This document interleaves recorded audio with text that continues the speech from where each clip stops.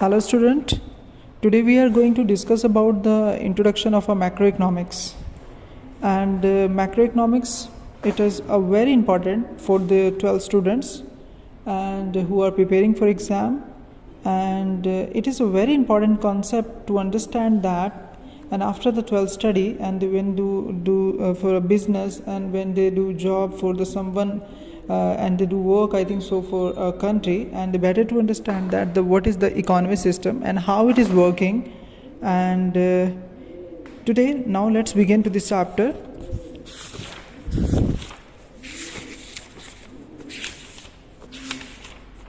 Okay, now students, let's start to this chapter. And first we will start to the introduction of a macroeconomics. In the recent year, the subject matter of economics, the fall in two main branches, namely the macroeconomics and the macroeconomics, as you already know. And the macroeconomics, it is a very important concept, and we also know the father of the modern macroeconomics, and he wrote a book on a macroeconomics and gave a name, a journal theory of employment, interest and money. And this book is published in the year 1936. The macroeconomics, and is also the alternatively called the theory of income and employment. Here the writer want to say that he gave the name, the journal theory and employment, interest and the money. Here means they want to discuss about the employment problem of a country and the money problem as a whole of a country.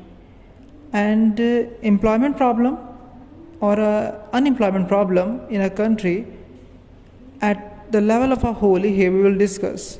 And under the macroeconomics, and we try to be understand and how the level of income and the employment is to be determined, and how the unemployment can be removed. As above, the writer gave an example of unemployment or employment or a level of income. Means we in the macroeconomics we discussing and to this concept at a whole, and it helps us to solve the problem of a central problem of a full employment and of resources and the economy, and which forms a subject matter and for the study of a macroeconomics theory. And the most importantly the part the macroeconomics, and here the writer want to say that in this macroeconomics we discussing to any concept at the level of a whole. If we discussing about the microeconomics, and here we discussing any concept at the individual level. And likewise, in the unemployment problem, we are discussing about only the single one candidate, he not getting employment, and at the macro level, and here we discussing about the whole country at their level. We try to understand that and why the people are not getting a job. So this problem studying at the level of a whole means that it is a example of a macroeconomics. The most of the time in exam, the examiner ask about give us some examples of a macroeconomics. So the students and has to understand that what the examiner want to say, not definition he is asking, and he wants to give he asking about the examples. So here the student has to write the answer only one. Study about the level of a whole about the employment, and the study about the study about the unemployment problem of a economy as a whole, and the central problem at the level of a whole. These are the good examples for macroeconomics.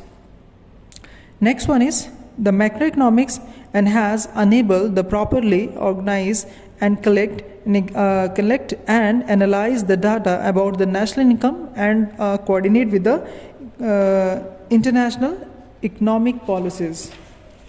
Here students, you got it that examples. Again the writer want to say that coordinately with the international economic policies, means the macroeconomics it help us to make it help us to forms the policies to the government at the level of a whole. And next one is the macroeconomic meaning, and here we discussed about the introduction. I think so you understood that about it. And next is meaning of a macroeconomics. The macroeconomics is the study of a aggregate means total, or the average covering the entire the economy, and such as a national income and the full employment, aggregate demand, general price level, etc. And it is primarily concerned with the study of a relationship and between the economics aggregate. So I think so you again understood that point. The word the writer want to say, the macroeconomics studying at the aggregate level. Aggregate means total, and we have a different level. We can understand by there, like employment level and demand of customers in the market, and about the of any product in the whole country, and what is the general price level in the whole country. So it comes under the macroeconomics. And again I am repeating, if any product about we are discussing, an individual, it comes in micro. Okay, so we covering here the aggregate price level, aggregate demand, aggregate employment. So these are the examples of a macroeconomics. Next, the macroeconomics, it is a part of economics theory, and which studies the behavior of the aggregate of the economy as a whole. Okay, now we are going to discuss about the scopes of a macroeconomics, and we already studied in the last I think so 1 or 2 lines before कि it helps us to form some policies to the government. So I think the various the scopes of a macroeconomics, right? The study of a macroeconomics, first the scopes of a macroeconomics. One is the theory of employment. The macroeconomics is concerned with the determination of the level of employment and in an economy, and we study the consumption function, saving function, full employment, unemployment, etc. Okay, students, in which we studying about the theory of employment. Next one is the theory of a national income. Theory of a national income. Macroeconomics, the studies the generation of national income, and by the product method, income method, expenditure method. After this chapter, we will discuss about the how to determine to the national income, and we get students in which next chapter we will learn about how to calculate to the national income, and we have 3 methods to calculate to the national incomes, and the first one is product method, and the next one is income method, and the expenditure method. And here I want to give us some example description about this method. First is the product method, in which we try to understand that the level of income with the help of products, like production units. Factories are producing goods, and how much the goods are quantity on basis they producing goods on the basis, we can understand that in the economy how the income is going to generate, and it is the method. Thereby we can understand what is the national income. And second method, income method. Income method means thereby how the people are earning and how much they are earning, and likewise income tax, right? So here we can here in the income tax, likewise government tries to find out the people how much they are earning, and on their basis how much they will pay the tax. So it is the income method. Thereby we can understand that the level of a country, how much earning, and from inside or from the outside the country. Next, expenditure method. Expenditure method, in which we find out in which the how much the people are expendituring in a country.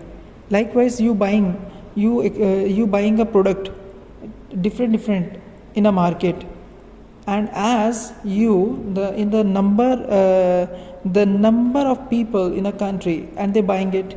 So from their expenditure of the people, there we can understand that how much quantity of people buying and how much amount they are expending on it, and their expenditures equals to their incomes. So expenditure not equals to income.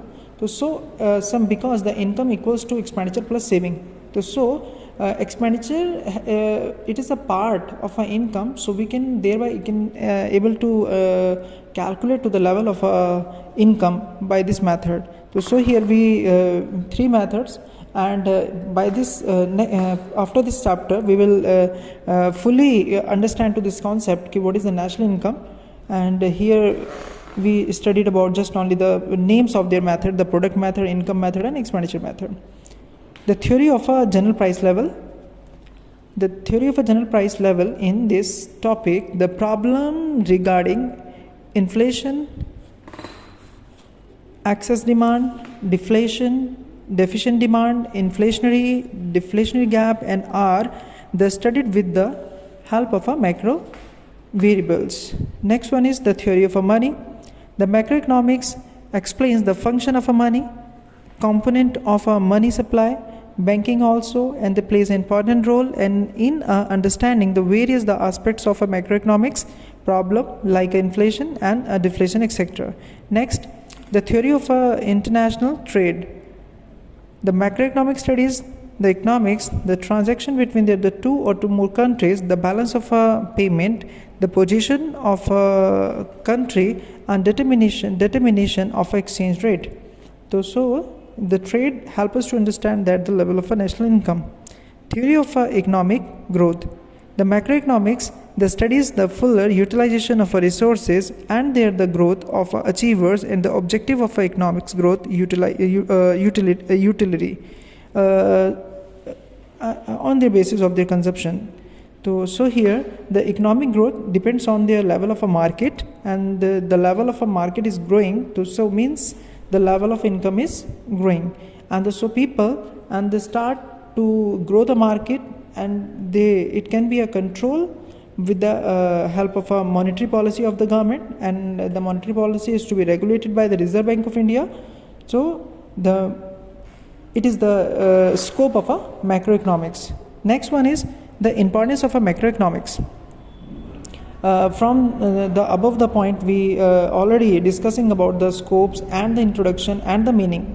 These all, I think so you all understood that what they functionally, how it is working in an economy. So now I think easily to understand that now the new concept is importance of a macroeconomics. It provides a measure to be understand that the calculation of a national income and of the country. It helps us to understand, and if there were the leakage and the injection, and to the circular flow of a income. The macroeconomics help us to understand that the circulation of a money in a country. Next, formulation of a government policies and the budget and the policies and the regarding to control to the inflation and the deflation in a country.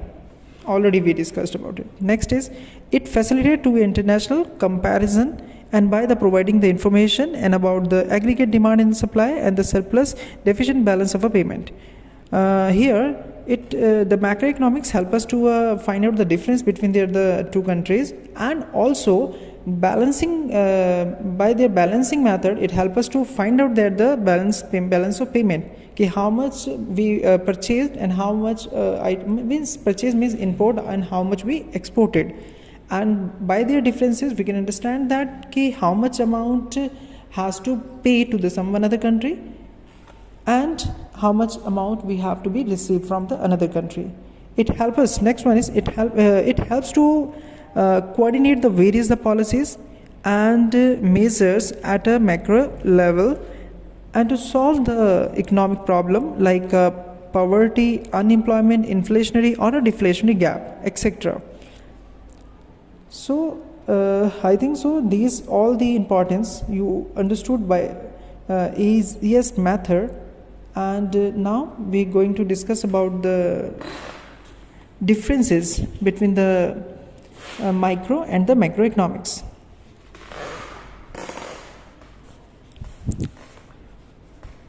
Microeconomics. The microeconomics in which we studies the problem at the individual level, like household, a firm, an industry, and the microeconomics studies the individual economic unit of an economy. Microeconomics, it is called the piece, uh,